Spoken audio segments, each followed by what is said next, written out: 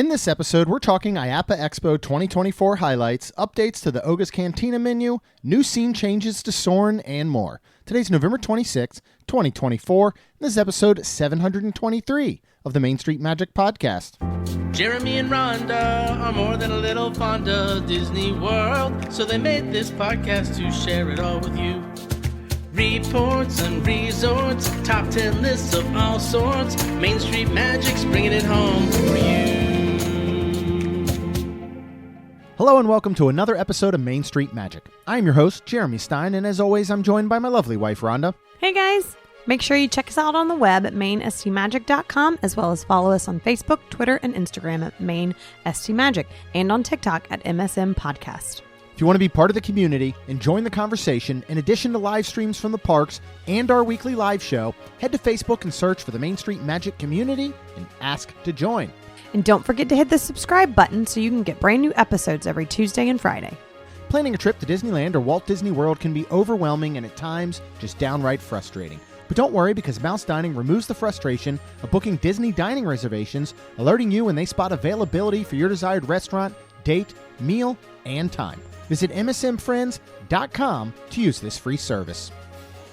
Ready for your next bucket list trip? Our trusted partner, MEI-Travel, will handle the planning so you can focus on the memories. They offer free vacation planning services and have nearly 20 years of experience creating memorable vacations. Visit mainstmagic.com/travel for a fee-free, no-obligation quote today. So we're back to normal in... What's normal? Recording in the afternoon. Oh, yeah. After coffee. There's no coffee around. No. Or beverages. Well, I mean, we have our waters. I've placed them in the right area today. You have placed them in the right area. Yeah, and if anybody's wondering on updates from the coffee incident last time, Rhonda's keyboard is ruined. So we will have to get a new one. I had tried to wash it off because I figure you can, like electronics like that, if they're not actively on and there's no electricity running through them, a lot of times you can just, you can wash them out with water and all. But I think it's got some hot peppermint mocha now stuck inside the keys and such. So before we get into our just real quick trip review that we had, do you want to talk about the elephant in the room? The Muppet elephant in the room. Because now we do have, and I know we don't do news. Like a lot of times we'll save that stuff for our live show and all. But I just figured we'd address it because we found out finally where Monstropolis, Monsters Inc. land is going. It is going in Muppets Courtyard. Wow. We will be saying goodbye to Muppets Vision 3D. Yep. We will most likely be saying goodbye to Pizza Rizzo, which will become probably some sort of Monsters-themed pizza quick service. We'll say bye to Mama Melrose, which from the new concept art of the whole land appears that it will turn into that Harryhausen's, I think was the name of it. It's where Wazowski, right, goes to on the date. That's the restaurant in Monsters, Inc. Yeah. So it looks like that's coming, and then it appears behind all of that, basically kind of in between there and Galaxy's Edge, there's still some space back there that there will go the hanging door coaster. So that will be, it looks like a whole new building. I'm shocked this isn't going in Animation Courtyard, to be honest. Yeah. Are you surprised? I just had no idea. I think we just kept talking about the Muppets and it being the last thing Jim Henson worked on. Yeah. I personally didn't care. Right. So because I didn't, I don't think I'm surprised. I'm not surprised in the area that is selected. I'm surprised that it's the one they chose. You know, because we all thought it was either Animation Courtyard or Muppets Courtyard. Right. And to me, there is already an established Muppets Courtyard area that includes Pizza Rizzo, Mama Melrose, Muppets Vision 3D, Stage 1 Company Store, which they're currently using for Jollywood Nights. That would be something to really quickly and easily revive, bring back to life, whereas you're dead in the water over at Launch Bay. Yeah. And so I'm just surprised. Now, here's a couple things. If you don't catch up on the news, aren't on social, and you didn't know that was coming, then you probably have no clue. Even huger surprise is that Rock and Roller Coaster will get rethemed to a Muppets roller coaster, specifically Electric Mayhem. Like, so I definitely did not see that coming. No, I had no idea, especially after they've been I think that was my biggest surprise. Yes. Yeah. I think with all that, not unless the year what they've refurbed is with the vision, of course, of Muppets behind it. Yeah. So now they'll be able to insert and quickly or in a possibly, sense, yeah. No, it makes sense. What I think you're trying to say, and it really is that, first of all, it's not happening tomorrow, right? No. It's not happening in the next year or 2, 3. It's going to probably be quite some time. I would think that they're going to have to figure out a way, obviously, to not have all of this closed, which means you cannot be retheming Rockin' while you've shut down all of Muppets Courtyard and you're building Monstropolis. Right. So it's either they are going to do the retheme of Rockin' prior to shutting all that down, or they've got to wait until, I feel like, Monstropolis, I just keep calling it that, but Monsters Inc. Land is open, right? Right. So it's one of those two things. Right. I mean, obviously, where they're also doing, they could start, I mean, they probably already are back behind all that. Oh, it could be. And but what I think you were saying, too, was the fact that first of all, because it's not happening soon, it's going to take some time. Right. They had to do some maintenance work, I'm sure. Yeah. All of that maintenance work, as you were saying, they didn't do it thinking, well, this will be great. This will keep Rock and Roller Coaster around forever. They thought this will keep Rock and Roller Coaster running until we retheme it for Muppets. Right. But while we're in here for this long closure, they could start planning everything. Yeah. They can start mapping everything out, laying everything out. So maybe it is a little bit of a quicker turnover when the time comes. Hopefully. Now, Disney has stated that they are doing what they can to preserve Muppet Vision 3D for future guest enjoyment. Don't know what that means right now. But when you also think of a film, and I know there's a lot more to Muppets 3D. There is the whole pre-show. There is the theater that it's in. There are 4D elements. But in theory, it is a show that could be moved to screens, other screens. Right. This isn't like, tearing down Journey into Imagination and Figment and thinking you're going to get more Figment later because they're probably not going to build a whole other ride. You know what I mean? So this, I feel like, is an easy... And we have Lightning McQueen, which is shutting down for a villains show, which we know is going to be temporary. It's going to be a test and training and whatever it may be for Villains Land at Magic Kingdom, which means when that opens, they're not going to keep this Villains Land or this villain show directly next to Rock and Roller Coaster, which is now Muppets themed. Could that be where Muppets 3D ends up? After maybe some updates, some, whatever it may take. Right. So that is still could be a possibility, but I was much more surprised at a Rock and Roller Coaster retheme of Muppets than I was Monsters Inc. Land going into Muppets Courtyard. Yeah. I mean. Yeah. 100%. I'll agree. That was a 50% chance. Yeah. Like, it was either going there or Animation Courtyard. Right. Nobody in their right mind probably truly thought it was an expansion, unfortunately. Right. And that is the thing, people will be upset over losing Muppets 3D, which is understandable, but it's understandably upset that it's not an expansion. The only expansion out of everything out of D23 and now this, the only expansion is Villains Land. Right. Everything else is replacements. So we'll see, but that almost directs us into IAAPA a little bit. Yeah, right. It does. What is, like, how would you describe the IAAPA Expo? Because it's a week long, but the first half of the week is truly for the theme park and entertainment industry. Yes. Then it opens up to outside guests for the weekend to come and enjoy like an expo floor. But there's a ton of education and all prior to that. Yeah, what are your thoughts on it? Because we've gone for a couple years now. Yes, we have. We're lucky to be invited and be there as press and get to check everything out and look around and all. How do you like IAAPA? And did you learn anything new this year?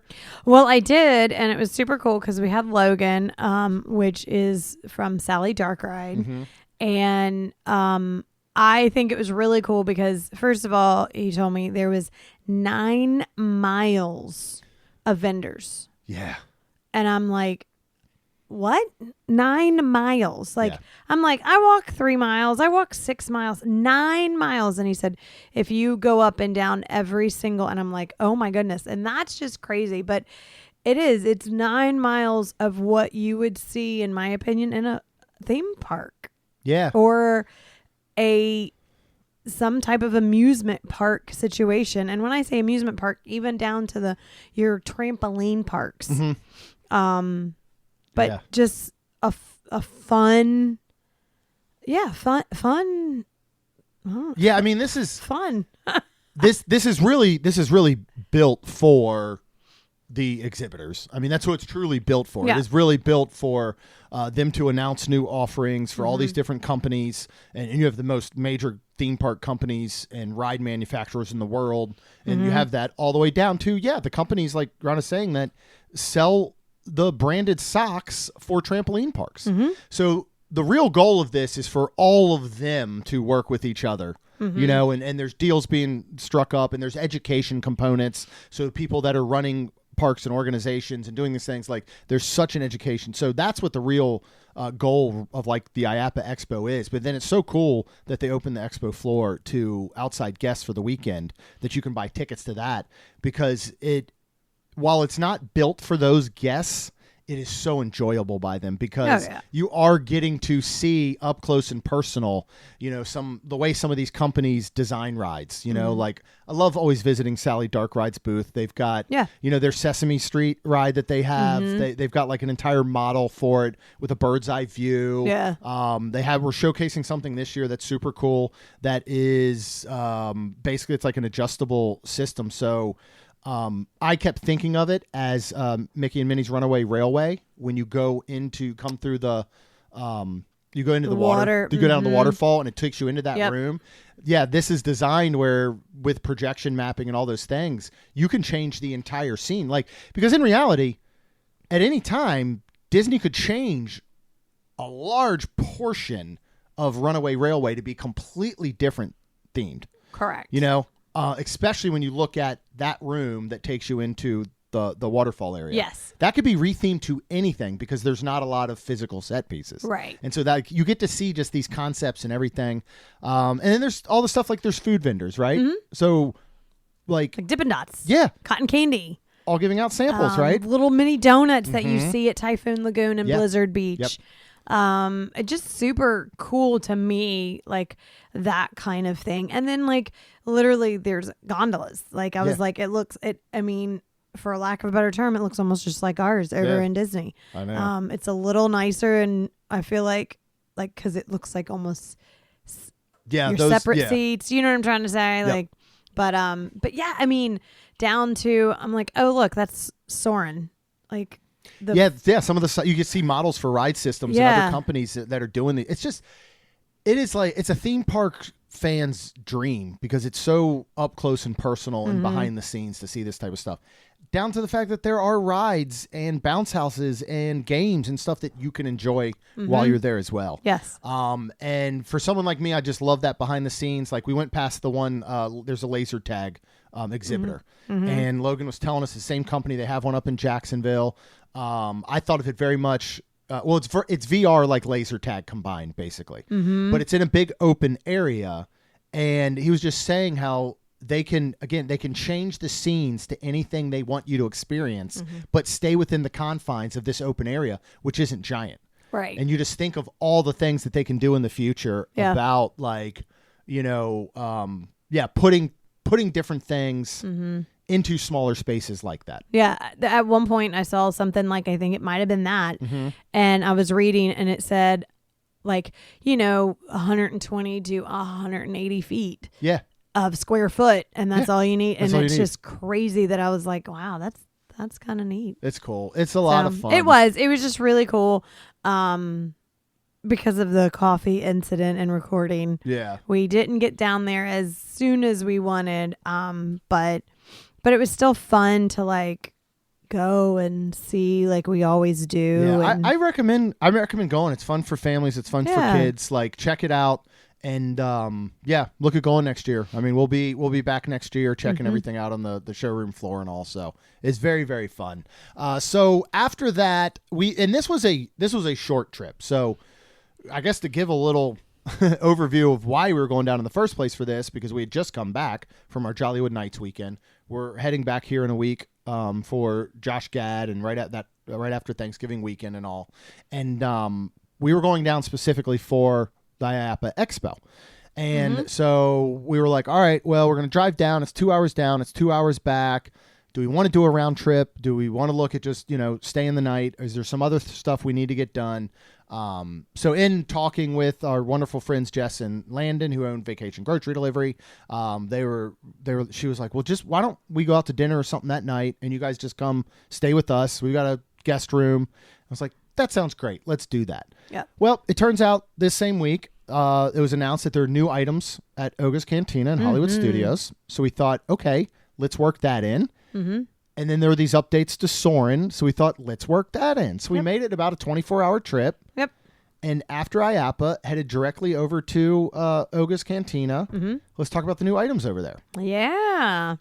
So this was also the first time in a long time we sat at a table. Yeah. And then it was funny because it was us two on the very end with a seat of 8 people that were together. It was 6, 2, and then us is 2. Yeah. Yeah, so it was a group of 6, and then it was another couple that were celebrating, I think, an anniversary or something. Oh, it was? Yep, that was on the end closer to you. Oh. And then it was the 2 of us. Because that always is almost so awkward. But it is. But that's something to let people know. I mean, we have tons of Oga's content if you go back. Yeah. We've been there several times. We can tell you we've tried everything there. Yep. Now we've definitely tried everything there because we went for the new stuff. But there is communal seating.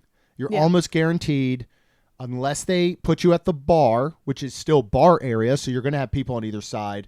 Everything else, the standing room only, kind of high tops, the seats, everything, you could be paired up with other people. Yes. So it's just something to be absolutely aware of. So they have a few new things on the menu, 2 that are food. And then, of course, they have some non-alcoholic, and then they have some alcohol. I do think there was some new on the alcohol side, but we were there's 2 or 3 new alcoholic beverages there as well. So we weren't looking at those, but we were looking at the non-alcoholic. And so the one I got, I've actually had before, and it's not new, but it's called the Blurg Fire.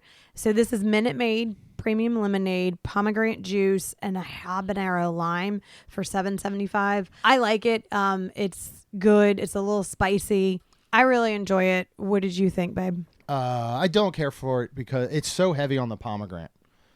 Yeah. It's too much. Like, it's a very strong, and I like pomegranate juice a lot, but it's so heavy on it. I mean, we'll talk about 2. I got the Akivan tea, which is new.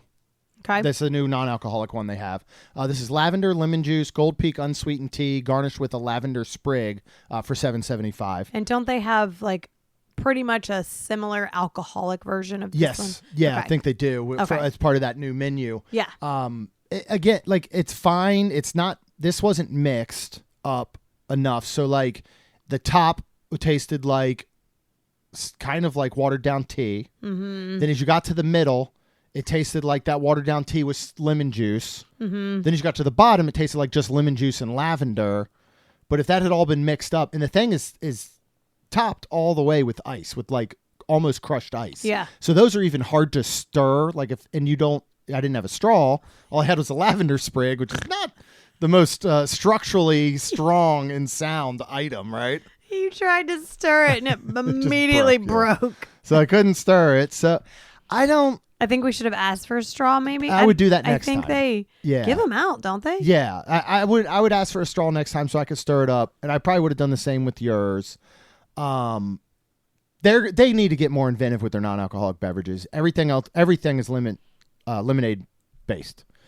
Yes, nothing that's is too very inventive. That's true, I feel like. And I still come down to the same way with their alcoholic drinks. Their alcoholic drinks are fine, but Oga's needs to step up their beverage game, I think. Okay.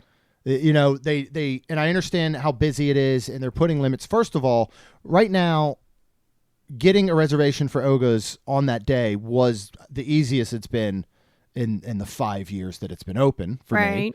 I was able to change it multiple times. Now, when we got there, she did say that you had to make a reservation, but they were accepting walk-ups. So I don't think it was going to be hard to get into. I know there's a lot of people, and it can be hard to make like craft drinks from scratch when they come in to order at a place like that. But I just feel like they got to figure something out. It's been stale for so long. I'm glad they introduced some actual food items, though. Yes, they did. And I still think everybody should experience Oga's. Yes. But you're not going the more for the that we go, every time we go now, we used to go, we'd always get 2 alcoholic beverages each. That's pretty expensive. Now we get at least 1 non-alcoholic beverage each. Right. But in the future, I'm tempted just to go for some snacks in the experience and just be like, I'll take a water. Like, I just don't think anything in there is that worth it. That's the hard part. Now we've tasted literally everything, and there's nothing that I would go, oh, I really like that non-alcoholic drink at Oga's. Let's go back to there. Right. But like the Lotus at Haleo. Correct. For example, or the wait list at Summer House, where there's beverages where we would literally go, I want to go there for that. Correct. There's nothing here, right? Absolutely. I agree. Now, there is something here on the savory side. Yes. One of the things that we see a lot, we get asked about a lot, you see in the Facebook group, social media, is I have a lunch reservation for Oga's, but online it doesn't show much food on their menu. Because people think that it is a lunch or dinner destination or even breakfast. Right. So they don't prepare something else around it. It's not. It's always had these small little items like those Batu bits and those provisions, which are kind of like Jell-O shots. But now they have 2 new items that are a little more hearty. What do we got? Yes.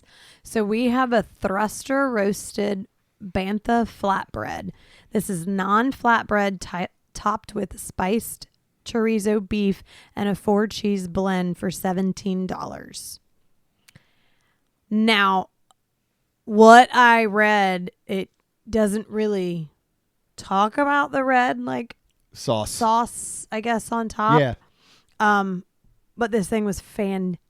It was very good. It was very, very good. It was a little more on the salty side. But that's your chorizo, because Jeremy said, like, it was a little salty. And when I say a little, I guess I should say a lot. Yeah. Because I kind of like salt. So this was a lot salty, but in a weirdly good way. Like, it was so good. A little spice, but then not too bad either. It kind of went away quicker. I really like this. I did too. I would get it again. But I think we're saving the best for last.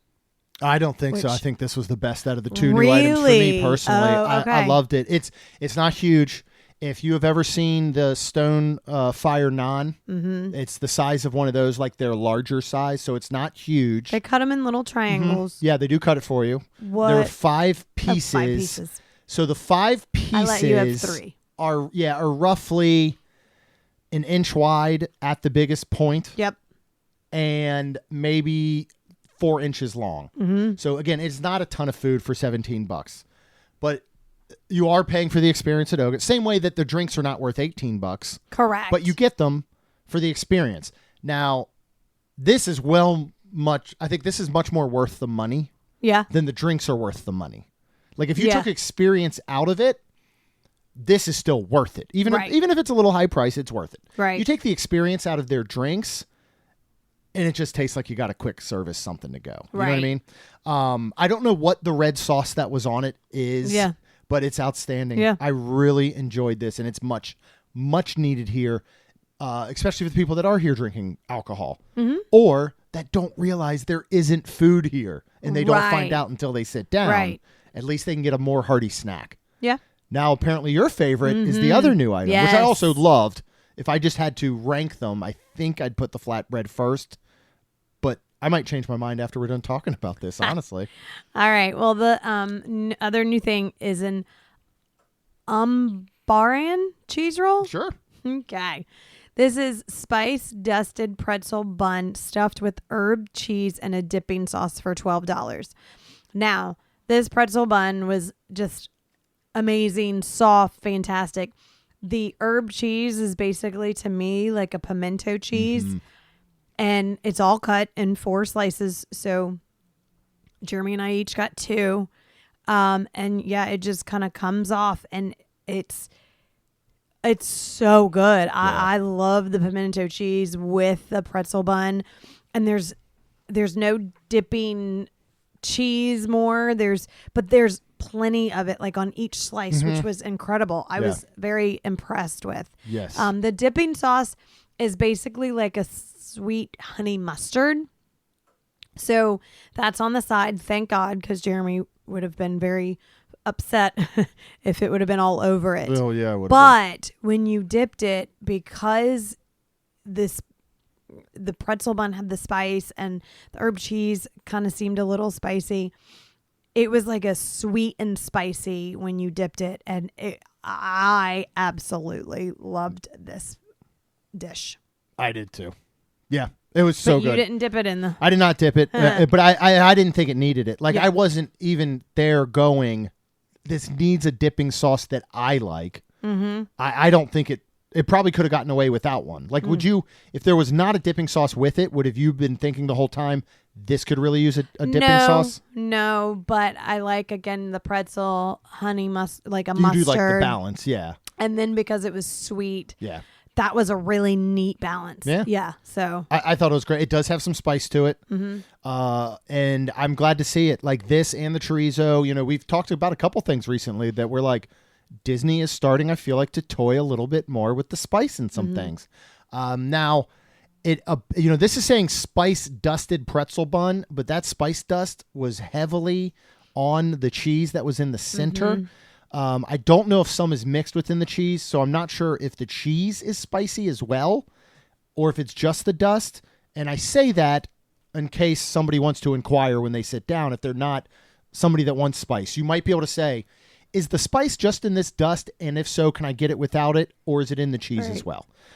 Because there was some red stuff in the cheese, which is why we felt even more like it was pimento cheese. Right. But that could have been some additional spice or something. Okay.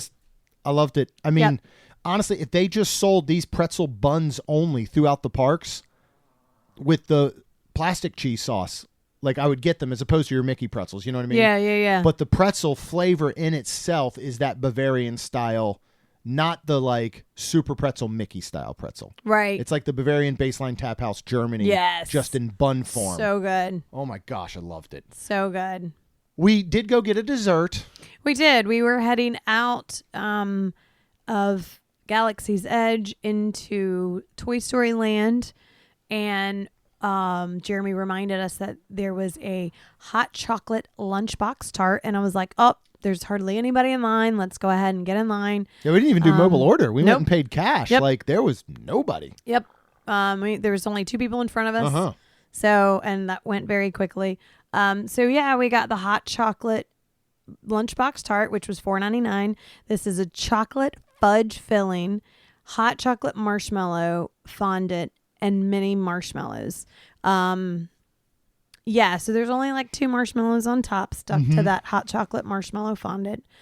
I didn't get a ton of marshmallow taste, but it was just a really good chocolate fudge filled tart. Yeah. Like, it was great. Like, I loved it. Yeah. When Woody's Lunchbox first opened, we didn't love the tarts. No. They were always super dry, for one. Well, and I think I expected it more, like, I hate to say it like this, like a Pop-Tart, which it's still a little sweet is your pastry. Yeah. And there's no sweetness to this pastry. No, these aren't a sweet pastry. At all. But now, I think we both love them.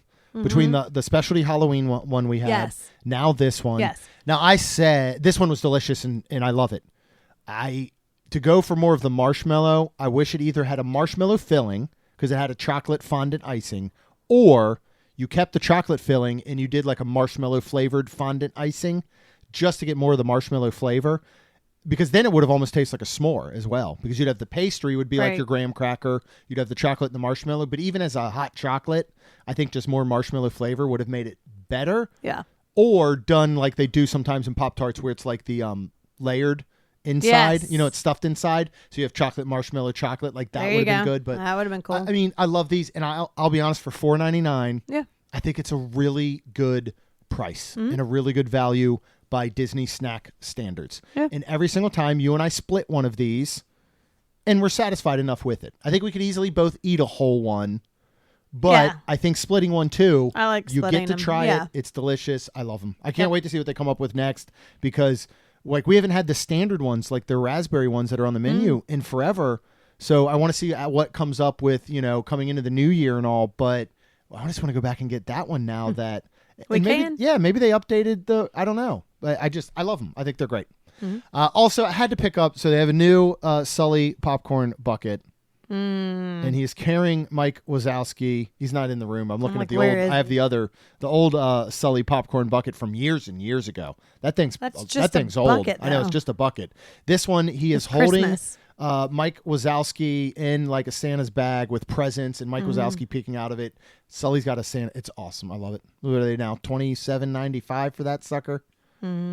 And for this one, this seems random, kind of like when we got Stitch at Halloween, it went straight into Stitch, the popcorn. Yes. Sometimes they will ask, and they did in this case, do you want it in the bucket or do you want it in the side. Just the side? We asked for the side because we want to preserve the buckets, and they're hard to clean out. But if you want to look for the best value for your $27.95, there's definitely a lot more popcorn if you fill up Sully. Yeah.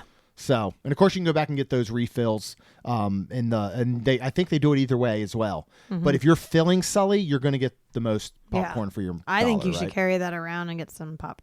We should go when we come. Yeah, I'll carry that around to Josh Gad. Okay. We still didn't figure out what we're wearing for that, did we? No, I'm going to wear something we don't know normal. yet. We got to figure that one out. And then we got to figure out what you're going to wear for Ralph Macchio because my Cobra Kai ugly Christmas sweater should be here this week. But I did find one that we could get you potentially that has Ralph Macchio and Daniel's son on it. So we might get you. Maybe we'll get you a matching. Like a sweater though. Well, they have a sweater, and then they have a sweater, but then they also have a sweatshirt, but it has like an ugly sweater like graphic. You know what I mean? Okay. So we'll look at that. Who did we run into on the way out? Yeah, it was so good to run into Ruth again. We've run into her before, I believe, and it's just been a while. So it was so good seeing her. Yeah. And chatting for a minute. Yep. Yeah. So thank you, Ruth, for saying hello. Absolutely. We're going to talk about Epcot, where we went Friday morning for a little bit. But first, we went to hang out with Jess and Landon, and they took us out in Winter Garden down to their like plant market and their like little main street. Oh my God. It was like, other than Hallmark. Missing Snow, looked like a Hallmark movie. Yeah, it did. It was amazing. It was super cute. And they took us to eat at this place called the Hangry Bison. That is like one of my new favorite places. Oh my gosh, that was really good. Atmosphere, incredible. Had like live music. Yep. It's very like gastropub / brewery style look, whiskey bar type thing. So they had that going on. Then they had a really great 0 proof menu using Ritual 0 proof. They had quite a few. Yeah. Awesome mocktails. It was I got a smoking old fashioned, and they literally brought it out as they would a regular smoking old fashioned on a big like tree like platter, and then the dome and everything smoking. And yeah, Rhonda had one, so that was cool. But my favorite part was they have build your own burgers, and it was great. On the back side of the menu was their build their own burger menu, and they gave you a crayon because you could mark the menu how you wanted to build it, as opposed to having to relay that information to your waiter or waitress, which can often get lost in translation. It can. But it was perfect because it was like pick your protein or pick your burger, which was what? They had bison, they had beef, salmon, sausage, tofu, and I think chicken breast. Then it was like pick your bun between like what? Pretzel and brioche and like all these buns. Texas toast. Texas toast was one of them. Leafy, what is it? Not leafy greens, it said, or something, right? On a bed of that or a lettuce wrap. That's what I was trying to say. Oh, okay, cool.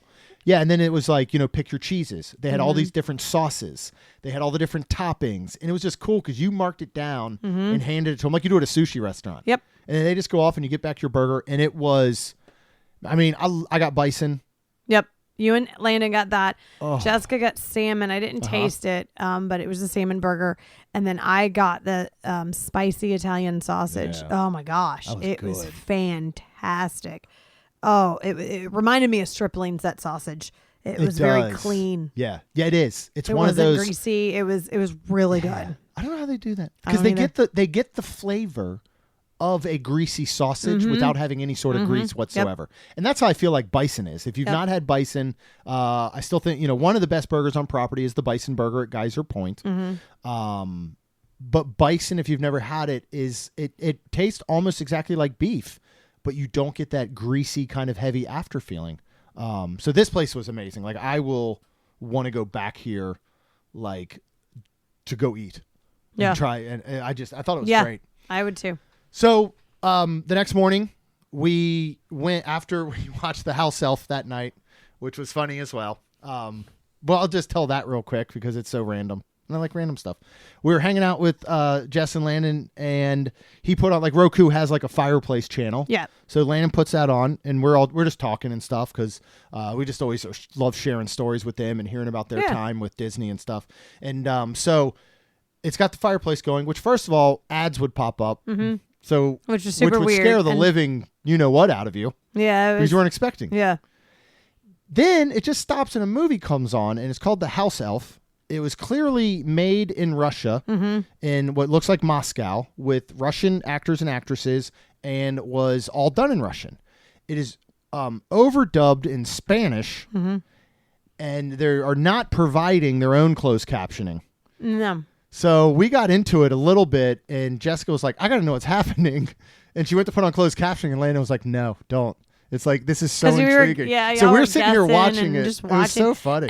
And Jess knows enough Spanish to kind of like, hear a conversation. Yeah. So she knew a little bit but it was, and I was like, I got to go to bed, man. It was, because it was like 11:30, almost midnight. So we didn't finish it. We don't know what happened, but it was apparently a woman and I think her child were like buying an apartment, but it's run by this house elf which is like a nobody cat can see elf thing that nobody can see, but then the cat could, and then the cat was able to talk. Yep. It was the weirdest thing ever. So and we could not tell if it was a horror movie or a comedy, like satire movie. Yeah. So that was great. Let's talk about changes to Soarin. Yes, happened this week. We went over Friday morning. Golly, I don't even know what today is. We went over Friday morning to Epcot to see Soarin', and because they updated. And I asked Jeremy, I was like, was it closed? And he's like, nope, they just did it overnight. Yeah. They updated the video that you watch, and the two major, only updates was going over Paris. Like you come at the Eiffel Tower instead of like go up it. Yeah. Because it still looked very similar what I saw down below and everything. It's much more of a wide shot that you see the full Eiffel Tower in your entire view the whole time, as opposed to, like you were saying, where you literally fly directly into like the light, the spinning and like up lighthouse. It. Like you go up it. Yeah, you're not doing that this time. Right. And now we were in Section B in second row, so we were in an opportune place for the old Eiffel Tower, but now they have fixed it where they're getting rid of the bend. So if you are in one of the outer seats, if you're on the far outer seat, there's still going to be a very slight bend, but it's nothing like the way it was. So they have updated that entire scene to fix that. Yeah. And then what is the other scene that they updated immediately afterwards? Is at the end. You go through Epcot, and it is awesome. You look down and you see Mickey and Friends. You see Moana. You see the Communicore Hall, connections. Like it's so cool. I'm like, oh my gosh, it looks great. Look to the really left. Does. You pointed out seeing Moana journeying through water is awesome. So I mean, this had to come. They had to have everything finished to do the flyover and whatever. So it's a good thing they didn't just do 100% digital, and do it prior to all those walls coming down. It's great. It's much needed. Cute. It looks good. Yeah. And overall, I like the Paris scene much, much better, despite the fact that they're fixing the Eiffel Tower. I like seeing more of it. I agree. And as weird as it sounds, I know this entire time you are in a hang glider flying high above everything. But honestly, the only time I would get a little nauseous or weird in my stomach is always during the Paris scene. Seriously? When it flies you up to the top. It would always make me uneasy. That's funny. Did not do it for me this time. Like a lot of times I would actually close my eyes during it. I didn't care for it. Because I don't know why. It was the only one that made me a little uneasy. Okay. Then we ran into wonderful friends. Yay! Right? Yeah, it was so awesome.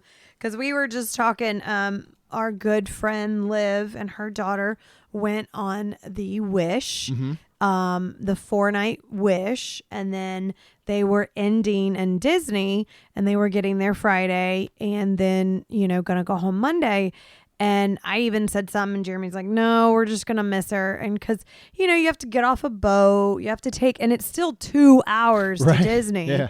So you have to get off the boat. You have to take some transportation over. I mean, I guess then my brain goes, well, then it takes you to your resort by the time you get from your resort.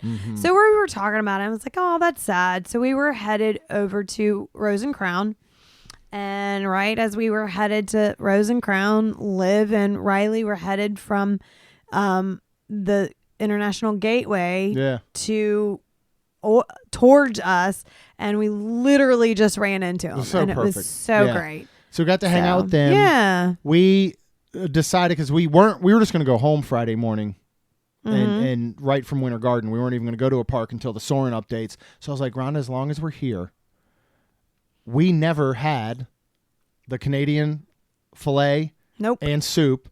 And it was a gorgeous, oh my gosh, cold it was the Florida. most perfect weather for it. Oh my gosh. We were on the second to last day of Food and Wine, and we were like, we got to get it. Let's just get our faves. So we went and got that. We each got a soup. We each got a steak. We sure did. And it was the best thing What ever. was it, like $17 or something like that?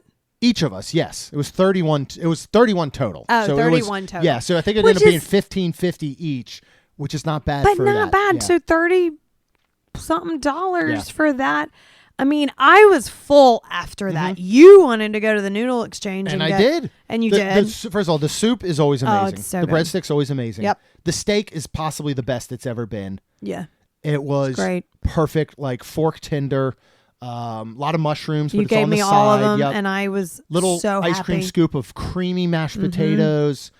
It was so good to get this. And it's the first time ever that we've each gotten our own. Yes, we did. We've It always was amazing. But it was like our lunch, and this was going to be great. Because, like I said, I was kind of full. Jeremy went to the noodle exchange, and what'd you get, babe? Well, I just wanted noodle exchange because of the weather. Yes. It's beautiful. Like we're in the 60s and all right now.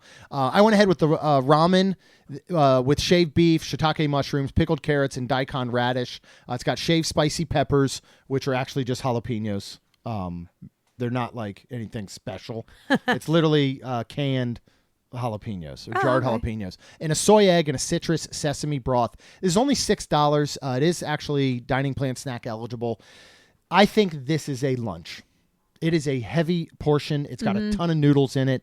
It had a lot of thin shaved rare beef that slowly cooks in the broth. It had half of a smaller, probably medium sized soy egg. It's got the mushrooms. It's got some it's good, and it actually could double potentially as a meal. So nice. I love Noodle Exchange. It doesn't do you any good because Food and Wine is now over as we prepare for International Festival of the Holidays. We will be there opening day on Friday. We have to figure out some eating because we also have Chef de France that day. I believe at like 4:30. So we're going to have to do some snacking. We'll probably... Yeah, we'll figure out what we can get done that weekend, but we will bring you opening for Festival of the Holidays here very soon. So, of course, if you want that, you got to hit subscribe. You get brand new episodes every single Tuesday and Friday. And if you are ready for that next trip, of course, no matter where you want to go, our trusted partner, MEI-Travel, will handle the planning so you can focus on the memories. They offer free vacation planning services and have nearly 20 years of experience creating memorable vacations. Visit mainstmagic.com/travel for a fee-free, no-obligation quote today. And then, of course, as long as you are out there, Rhonda and I would be super thankful if you could please leave us a rating and review. Because it helps our show grow. That's all we've got. We'll see you real soon.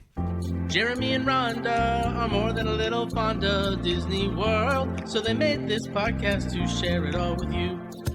Reports and resorts, top 10 lists of all sorts, Main Street Magic's bringing it home for you.